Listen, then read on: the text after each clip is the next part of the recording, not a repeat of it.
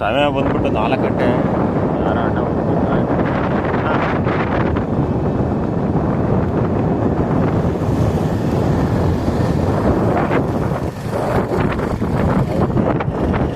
ನಾವು ರೈತರು.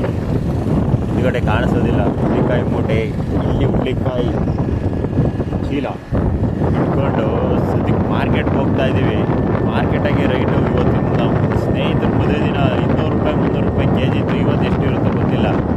ಬರ್ಬೇಕಾದ್ರೆ ಅದ್ರ ಬಗ್ಗೆ ಮಾತಾಡೋಣ. ಕಷ್ಟಗಳು ಜೀವನ, ತಂದೆ ಇಲ್ಲದ ಮಕ್ಕಳ ಜೀವನ ಆಕಾಶದಲ್ಲಿ ಸೂರ್ಯನಿಲ್ಲದಂತೆ ಸರ್ವಜ್ಞ.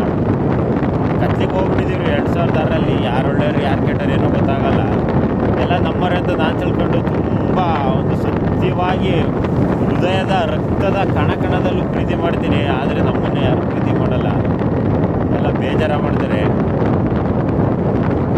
ಎಲ್ಲ ಅವ್ರವ್ರ ಮಕ್ಕಳು ಸ್ವಾರ್ಥ ಸಂಬಂಧಿಕರಲ್ಲಿ ನಾನೊಬ್ಬನೇ ನಿಸ್ವಾರ್ಥಿಯಾಗಿದೆ. ಈಗ ನಾವು ಸ್ವಾರ್ಥದತ್ತ ಪ್ರಯಾಣ ಸಾಗಿಸ್ಬೇಕು.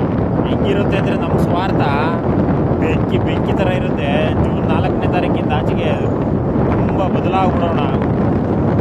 ಬದಲಾವಣೆ ಬಹಳ ಮುಖ್ಯ ಜೀವನಕ್ಕೆ.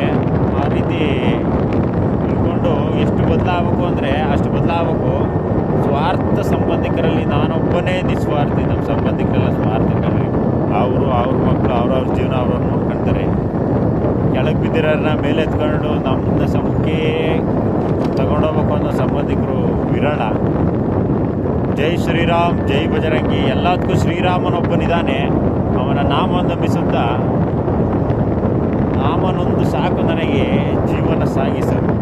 ಜೈ ಶ್ರೀರಾಮ್, ಜೈ ಶ್ರೀರಾಮ್, ಜೈ ಶ್ರೀರಾಮ್.